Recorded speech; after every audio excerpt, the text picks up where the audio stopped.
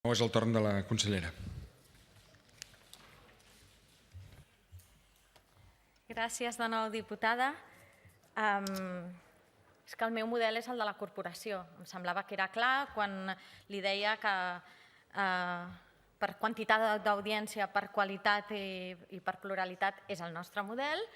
Quan acabava la intervenció li deia hi ha coses a millorar, perquè tenim una llei que és antiga i que s'ha de millorar, s'ha d'adaptar a la nova situació, s'han de millorar els consensos i en això es va treballar la passada legislatura i estic molt d'acord. S'ha de millorar el finançament, s'ha d'aprovar el nou contracte programa, que no es va poder fer degut als atacs que hi havia per part del ministre Montoro a través de l'IVA.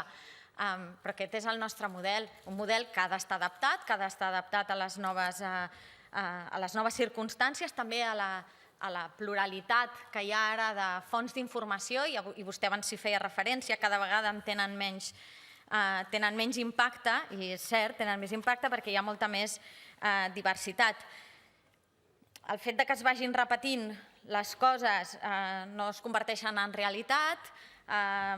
Vostè diu, i ha dit a la primera intervenció, que no m'ha donat temps a comentar-ho, i sí que m'agradaria fer un esment només ràpid.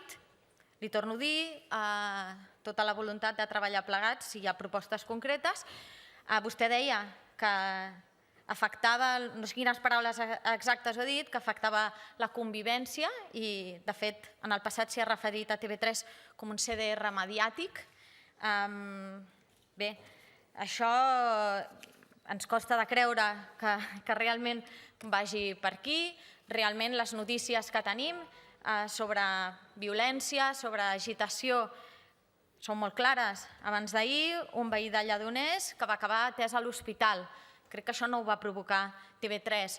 O el 21 de juny, una noia que anava en moto per Barcelona, que portava una estelada al casc, la van voler tirar a terra perquè portava una estelada al crit quan la van intentar agredir de «Viva España, coño».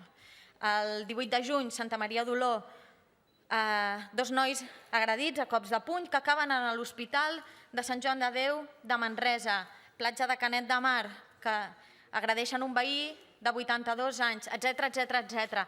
Crec que això no ho provoca TV3, crec que seria bastant al·lucinant pensar que aquesta és la conseqüència de que existeixi TV3. Em sembla que això no és conseqüència de TV3, això és conseqüència del feixisme que encara tenim a la nostra societat, un feixisme que impunement segueix anant pels carrers i segueix violentant i generant por a la societat, perquè mentre un mecànic, un professor o un pallasso són conduïts en els jutjats, mentre això passa, què ens trobem? Doncs des d'un cas que nosaltres coneixem molt perquè el vam viure en primera persona, com els ultres de Blanquerna, que estan condemnats però que no els hi ha passat res, o aquesta mateixa setmana que coneixíem que el líder de Falange, que el van detenir per delictes d'odi, possessió d'armes sense permís i, a més, reincident, el deixen en llibertat. El problema de la violència no és TV3, el problema de la violència és que el feixisme segueix sent impune i segueix anant pels carrers del nostre país sense control. Gràcies.